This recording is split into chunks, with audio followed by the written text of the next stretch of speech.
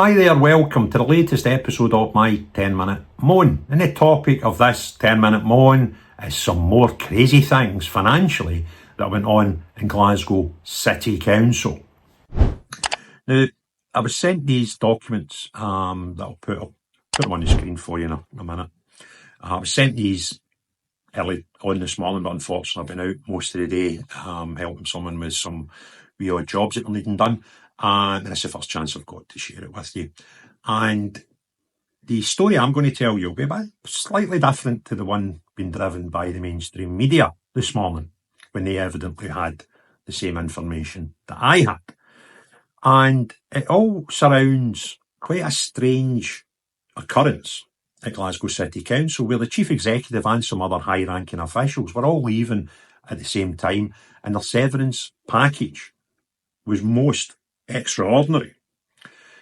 Extraordinary enough that there was an independent review to it, where the findings were a bit odd as well, because what they said was that they were probably not legally given, but they couldn't see any criminality. What basically happened was these group of people came up with their own severance pays, which included hundreds of thousands of pounds going into pensions, etc. And once that was done, the council sort of shut the door on these things. So it was as if we've done it once, we've done it for them, and nobody else is to get it. And the figures talked about would choke a horse. They would surprise people like cleaners and joiners and bin men and stuff who are also paid by the council, because they wouldn't have anything remotely like that. And even when you factor in the wages, the factors that you could use to, suggest what you should or should not have in your pension, they were vastly more than what a normal person with a normal job in the council were given. And the CEO of the council at the time was a person called Annemarie O'Donnell, who some suggest was quite close to the leader of the Glasgow Council, who is an elected member called Susan Millar. However, there was loads and loads of effort put in to suggest that Susan Aitken didn't even know about these things, which I find hard to swallow. And I have got some documents that I'm going to need to peruse through, which may or may not suggest that she did know. But that's for another video. Today's video is about what's happened overnight. So the figures on the benefits that these people got, I'll just pull them up. Sorry, I'm on the wrong page. So there we go. Annemarie O'Donnell, who was the CEO, received £357,000 into her pension pot when she left the council in 2024. Elaine Galletly, former Director of Legal Administration, received £223,000 pension contribution and £60,000 for compensation for loss of office. Then some weird stuff happened. Then some people for the SNP. Now, two things happened. What chronological order they came in is unknown to me at this point. That's about as much as I want to say right now.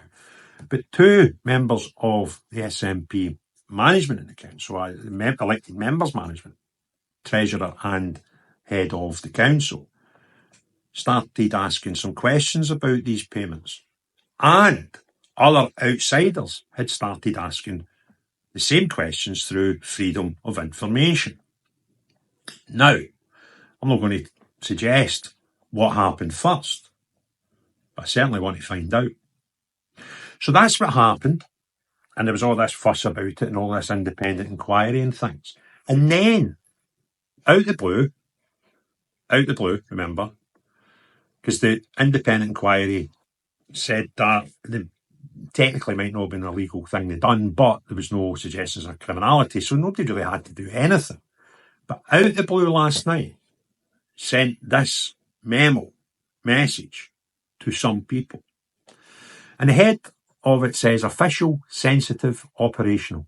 Dear councillors and bailies, I am writing to inform you of developments relating to the retirement of the former Chief Executive, Annemarie O'Donnell. No mention, by the way, of Elaine Galletly in this memo, just this ex-CEO, who, by the way, apparently got a nice wee NGO job as soon as she left the council, which seems to be what these people do. Anyway, you will recall Annemarie left the council in 2024 with immediate access to her pension. This required the council to make a payment called Strain on Fund to Strathclyde Pension Fund. This payment to the pension fund was around £300,000. This is a bit where I think, are you trying to suggest you didn't know? So these big amounts of money went to the pension fund, out of the council's pocket, and the lead in the council, and Ricky Bell, who was, and I believe still is, the treasurer of the council, didn't know anything about it. I find it hard to believe at least one of them would probably have known about it. Anyway, we'll go with the story as it stands just now. The council has now reached an agreement with Annemarie, which has allowed that strain on the fund to be repaid to the council. Page 2. The details of Annemarie's pensions are private to her and not visible to the council, beyond the details which are published in her accounts, i.e. this transfer. I can say that Annemarie contacted the Strathclyde Pension Fund and the council last month asking to come to an arrangement whereby she would be treated as if she had simply left the council on normal pension agreements, which incur no additional cost to the SPF or the council. This would entail repayment to the SPF of any additional sums paid to her since she left and repayment of the strain on the fund by SPF to the council. Both these payments have now been made and appropriate disclosures will be made in the council's accounts in due course. Regards, Susan. Or Suzanne, actually. Now, here's the bit that I'm struggling with. The fact that such large sums, over £500,000, and nobody, no elected members knew about it, I kind of find that hard to swallow. And the other question I have is the chronological order of these two SNP people asking questions and others asking FOIs. If the FOIs came in first and then they jumped on and went, oh, we're not too happy with this, then that's a bit smelly. It's also completely ridiculous that they didn't know even after £500,000. If they were not involved in the decision-making process, I would be a bit shocked, but that might have happened.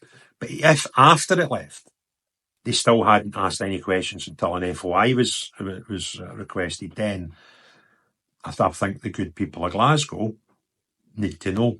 Staying up to date with events around the world can be difficult, where it's impossible to consult a single source for the full story.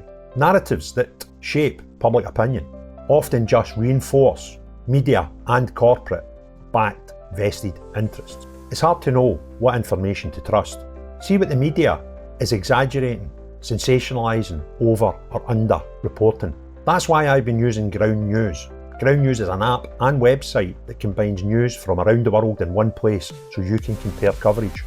For every news source, you can see if it has any political bias, how reliable the reporting is, and who owns them. They even have a blind spot feed that highlights news disproportionately covered by one side of the political spectrum. Take a data-driven view on the news and stay current. Get news from thousands of sources worldwide in one place. I've been using Ground News to help me get all the world's news in one place and give a more balanced opinion on what we read and viewing who is telling us the truth and who isn't. Subscribe via my link to get 40% off the Vantage subscription. It's the one I use to get unlimited access to every feature. Your subscription can not only help my channel, but also help Ground News, as it makes the media landscape more transparent. And I don't think if there was no, I'm trying to remember the terminology used by Independent Inquiry. Let me just see. Right. Was not on Brodie's LLP, that's the legal firm that the former chief executive's application for early retirement was not, on the face of it, lawfully approved in terms of the council's scheme of delegated functions. But the application for other four staffs were. So, but nobody had done any criminal. It's a sort of contradiction to me. And I think what's happened here is there's a hope that this will just go away now. When if it doesn't matter, you can't commit a crime if there was, and I'm not suggesting there was, by the way, it's just an option here. And then you pay the money back, so that means I'm all right now. If people have done wrongdoing, then they deserve to be dealt with appropriately, regardless of the final outcome. A year and a half later, year and a half later, when they say, well, see that money, it's my pension, just take it back. And now are suddenly overcome by morals that I now just want to be dealt with the same way as any normal person would be dealt with a severance package. I'm not buying it. If you want other people to see this video, click a thumbs up, put some comments below, and hit the share button. If you've not already done so, please subscribe to the channel. And if you want to hit the notifications bell, YouTube will let you know when I put new videos out. But most importantly of all, unless you are working in any councils anywhere else across the whole United Kingdom and you think this type of behaviour is acceptable, then know you. But everyone else, have a great day. Cheerio, bye now.